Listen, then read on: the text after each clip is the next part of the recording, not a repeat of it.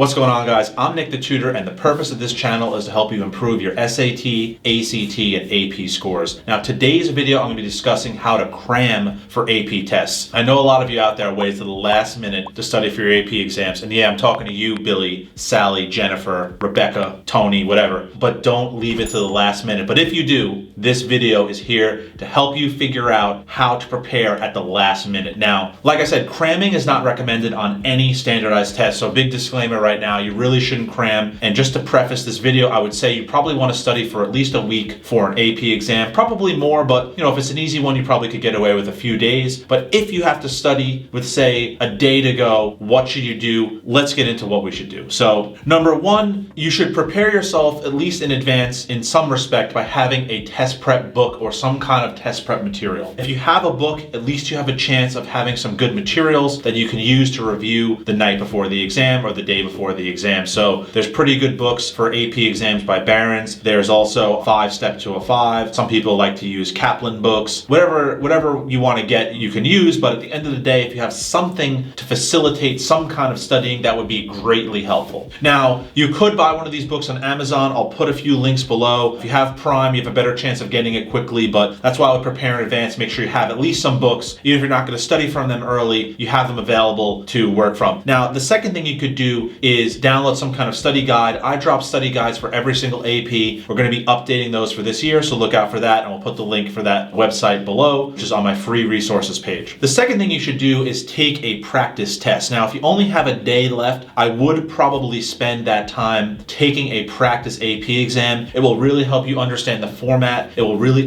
help you understand the timing, and those things can help you optimize your score. You could also evaluate your performance and see what mistakes you made and try to improve. So I think that would be a great step. If I only had one day to study for an AP exam, I would definitely try to spend a few hours and sit for a practice test. Another thing you could do that would help is I would try to make some kind of study plan, even if I only have a day or a day and a half or 2 days to study, where I'm going to do a practice test, I'm going to evaluate it, then I'm going to review some content, and then I might do that over again. So having some kind of plan would be number 3 on my list, and I would really look at that as a way to optimize the short amount of time that you do have. The fourth thing that I would do is try to evaluate your weaknesses. Now, we all have strengths and weaknesses in life, and especially in AP exams, we might have a weakness on multiple choice questions, we might have a weakness on long responses. We want to find our weakness, and that's what the practice test can do for you, because if you take the practice test and you grade it, then you can see what areas you might be making mistakes in and then try to address that, and I think that will really help you optimize your score with a very short amount of time. All right, the fifth thing you could do is look back at your notes. Hopefully you've taken good notes during the year. Now, if you didn't take good notes and you just have a bunch of scraps of paper left over, what I would suggest you do is download some kind of study guide and just use that as your notes. You could also mark it up, you can highlight, you can underline, you can scribble on the side, and you can make sure that you're ready for the exam. I think the format of the APs will be different this year. We're not going to have the online format, hopefully, so we're going to be back to a noteless situation, so you should try to memorize and study as much of that as you can before you hit the test. Number 6, you should make sure to know and understand the format of the test. If you have multiple choice questions, you should really understand elimination strategy and how to answer those effectively. If you have fill-ins or long response questions, you should understand what the point structure is. Study the rubric, man.